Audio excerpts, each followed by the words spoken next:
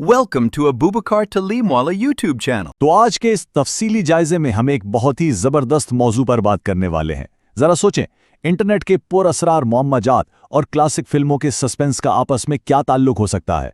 ये दोनों मिलकर किस तरह इंसानी जहन को उलझा देते हैं। हम डिजिटल दुनिया के उन अनसुलझे राजों को कैमरे और कहानी सुनाने की उन पुरानी तकनीकों के जरिए समझने की कोशिश करेंगे जो दहाइयों से इस्तेमाल हो रही हैं। तो चलें शुरू करते हैं। अच्छा, आज की गुफ्तगू का खाका कुछ इस तरह से।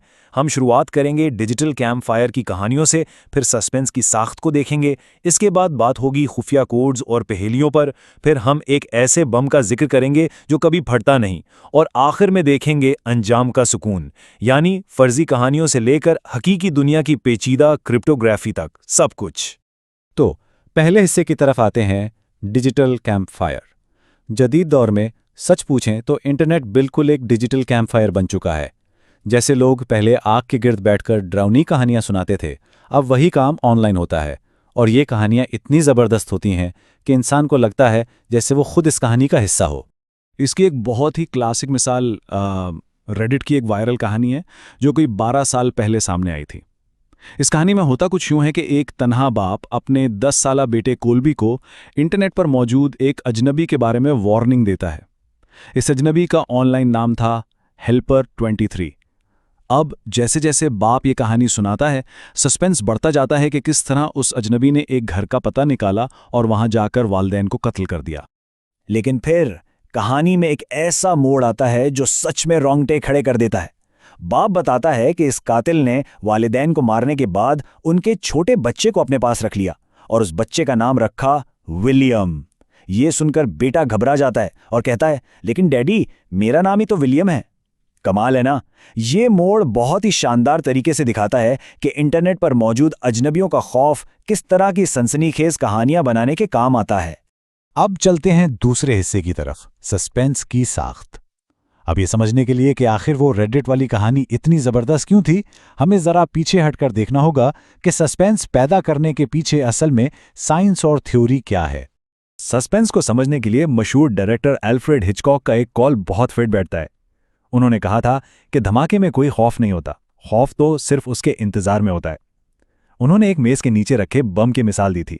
देखें, अगर बम अचानक फट जाए तो इंसान बस चौंक जाता है, लेकिन अगर देखने वालों को पहले से पता हो कि बम वहां मौजूद है और घड़ी टिक टिक कर रही है, तो वो जो इंतजार का वक्त है ना, असल खौफ और सस्पेंस वहीं से पैदा होता है। फिल्म की पढ़ाई में इस्तेमाल होने वाली ये मीडिया बुकलेट हमें बताती है कि फिल्मसाज किस तरह नाजरीन के जज्बात के साथ खेलते हैं। बाकायदा कुछ प्रोफेशनल तकनीकें होती हैं जो सस्पेंस को महज एक तुक्का नहीं बल्कि एक पूरी साइंस बना देती हैं। सिनेमा की दुनिया में बेचैनी पैदा करने लिए एक फॉर्मूला बहुत आम है जिसे कैमल्स कहा जाता है, यानी कैमरा, एक्टिंग, पस मंजर, एडिटिंग, लाइटिंग और साउंड। मिसाल के तौर पर कैमरे के मखसूस जाविये किसी किरदार को कमजोर दिखाते हैं, मध्यम रोशनियां साए ये एहसास दिलाते हैं कि अंधेरे में कुछ छुपा हुआ है, और आवाज या बाजुकात मुकम्मल खामोशी इस खौफ को बिल्कुल उरूज पर पहुंचा देती है। डायरेक्टर्स एक एक चीज को बहुत एहतियात से इस्तेमाल करते हैं ताकि देखने वाले की दिल की धड़कन तेज हो जाए। अब तीसरे हिस्से पर आते हैं, खुफिया कोड्स और पहेलियां। चलें देखते हैं कि फिल्मों वाली यही तकनीकें हकीकी दुनिया की क्रिप्टोग्राफी और इंटरनेट की बड़ी बड़ी पहेलियों में किस तरह इस्तेमाल होती हैं ताकि पूरी दुनिया की तवज्जो खींची जा सके। स्काडा 3301 का सफर वाकई कई सालों तक चला। उन्होंने क्या किया कि हर साल एक नया मुअम्मा सामने रख दिया, यानी हिचकॉक वाली उस टिक टिक करती घड़ी को बार बार रीसेट कर दिया। लोग मुसलसल इंतजार में रहते थे। ये इंटरनेट की तारीख के सबसे पेचीदा और सस्पेंस से भरपूर गेम्स में से एक था। इस पहेली की सेटिंग, या अगर हम फिल्मी जुबान में कहें तो उसका पस मंजर बस कमाल का था। स्काडा ने डिजिटल दुनिया और हमारी हकीकी दुनिया के दरमियान का फर्क ही खत्म कर दिया। जरा सोचें, दुनिया के मुख्तलिफ शहरों में छिपे हुए कागज के पोस्टर्स, लिंक्स की बूटेबल सीडीज, पुरस्कार म्यूजिक और एक ऐसी किताब जो मुकम्मल तौर पे एक खुफिया जुबान में लिखी गई थी। इस सारे सस्पेंस ने दुनिया भर के इंतहाई ज़हीन लोगों को अपना दीवाना बना लिया था। इसी तरह एक और जबरदस्त मामला था YouTube channel unfavourable semi circle. इस चैनल ने 2 सालों के अंदर 70,000 से ज्यादा अजीबो गरीब वीडियोस अपलोड कर दी, और वो भी बगैर किसी कॉन्टेक्स्ट के। इन वीडियोस में आवाज और एडिटिंग की ऐसी तकनीकें इस्तेमाल की गई थीं जो सीधा दिमाग पर असर करती हैं, जैसे चमकते हुए निशानात और कानों को छेद देने वाली मसखूस शुदा आवाजें, बिल्कुल किसी डरावनी फिल्म की तरह। अब इसमें ट्विस्ट ये है कि इंटरनेट कम्युनिटी ने काफ़ी तहकीक के बाद ये नतीजा निकाला कि शायद ये अजीब वीडियोस कोई आर्ट प्रोजेक्ट नहीं थी, बल्कि किसी हैकर की तरफ से मोबाइल फोन्स में मौजूद खामियों यानी स्टेज फ्राइट और रोहीमर जैसी कमजोरियों को टेस्ट करने का एक तरीका था। ये बात इस सारे मामले को महज पुरस्कार नहीं बल्कि हकीकत में खतरनाक बना देती है। चौथे हिस्से की बारी है कभी ना फटने वाला बम। अब हम कुछ ऐसे मामलों पर बात करेंगे जिनका आज तक कोई हल नहीं मिल सका। ये हिचकॉक के उस बम की तरह है जो टिक टिक तो कर रहा है, मुसलसल बेचैनी बढ़ा रहा है, लेकिन कभी फटता ही नहीं है। जरा तसव्वुर करें, एक शख्स की मौत को 6 महीने गुजर चुके हैं और अचानक उसके पर्सनल ईमेल अकाउंट से उसके दोस्तों को पैगामात आना शुरू हो जाएं, और पैगामात भी ऐसे जिनमें वो ज़ाती बातें लिखी हों जो सिर्फ उसी शख्स को मालूम थीं। जैक फॉज का केस बिल्कुल ऐसा ही एक डरावना ख्वाब था। इसकी मौत के बाद आने वाली इन ईमेल्स का मामला आज तक हल नहीं हो सका और ना ही किसी हैकर ने उसकी जिम्मेदारी ली। और फिर चुपचन की बहुत ही उदास कर देने वाली और उतनी ही पुरस्कार कहानी है। ये जनूबी कोरिया की एक खातून है जिनकी 24 घंटे की लाइव स्ट्रीमिंग पिछले 10 सालों से ज़्यादा अरसे से चल रही है। उनके कमरे में कैमरा एक ही जाविये पर फिक्स है जो देखने वालों को बेबसी का एहसास दिलाता है। उनका दावा है कि उनके दिमाग में एक माइक्रोचिप लगी हुई है जिसके जरिए उन्हें कंट्रोल किया जा रहा है। खिड़कियों पर मदद मांगने के पैगामात भी लिखे हैं। अब ये कोई साजिश है या महज एक जहनी बीमारी, ये एक ऐसा सवाल है जो शायद कभी हल ना हो। 2015 के मशहूर गेम सीड सैटर्न की कहानी भी कुछ ऐसी ही है। इसके बारे में इंटरनेट पर जो कहानियां मशहूर थीं और जो हकीकत थी उसमें ज़मीन आसमान का फ़र्क था।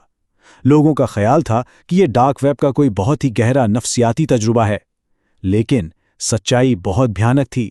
ये दरअसल कंप्यूटर वायरस और इंतहाई काबिल एतराज़ वीडियोज़ फैलाने का एक जरिया था, और चूंकि इसके बनाने वाले का आज तक कोई अता पता नहीं, इसलिए इसका खौफ और भी गहरा हो जाता है।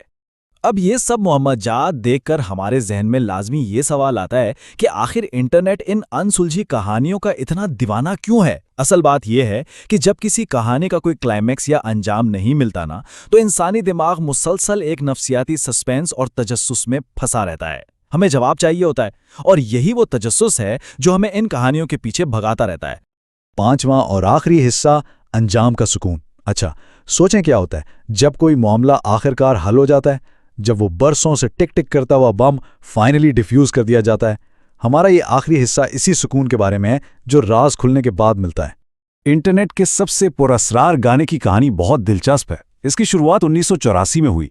किसी ने इसे एक जर्मन रेडियो स्टेशन से रिकॉर्ड किया था। ना इस गाने का नाम मालूम था, ना ही सिंगर का। सालों बाद ये गाना इंटरनेट पर वायरल हुआ और एक बहुत लंबी तलाश के बाद बिलाखिर नवंबर 2024 में जाकर पता चला कि ये दरअसल एक जर्मन बैंड फैक्स का गाना था, जिसका नाम था सबवेज ऑफ योर माइंड। पूरे 17 साल लग गए इस राज को फाश होने में। और इस सच्चाई तक पहुंचने का ब्रेक थ्रू कैसे मिला? एक पुराने अखबार के तराशे से। रेडिट के एक यूजर ने पुराने बैंड मेंबर से राब्ता किया और आखिरकार ये मुहम्मा हल कर ही लिया। ये इस बात का सबूत है कि जब इंटरनेट के लोग मिलकर किसी चीज के पीछे पड़ जाएं, तो कोई भी राज हमेशा के लिए छुपा नहीं रह सकता। इस गाने के मिलने के बाद जो कुछ हुआ वो किसी फिल्मी हैप्पी एंडिंग से कम नहीं था। 1984 की पुरानी रिहर्सल टैप्स मिल गईं, बैंड के मेंबर्स इकट्ठे हुए और उन्होंने रेडियो पर लाइव परफॉर्म किया। और तो और अब ये गाना 2025 की एक बड़ी हॉरर फिल्म ब्लैक फोन 2 का हिस्सा बन चुका है और इसका बाकायदा एक ऑफिशियल म्यूजिक वीडियो भी आ रहा है। ये दिखाता है कि जब वो हिचकॉक वाला बम डिफ्यूज होता है तो उसका अंजाम कितना शानदार हो सकता है। तो इस सारी गुफ्तगू के बाद एक ख्याल जो जहन में आता है वो ये है कि हम सब रोज़ाना इंटरनेट इस्तेमाल करते हैं।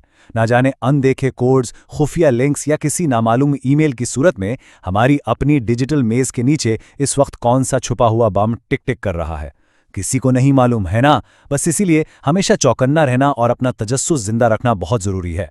उम्मीद है कि आज के इस तफसीली जायजे से काफ़ी कुछ नया और दिलचस्प सीखने को मिला होगा। Thank you for watching Abubakar Talimwala's videos. Please subscribe and share with your friends and family.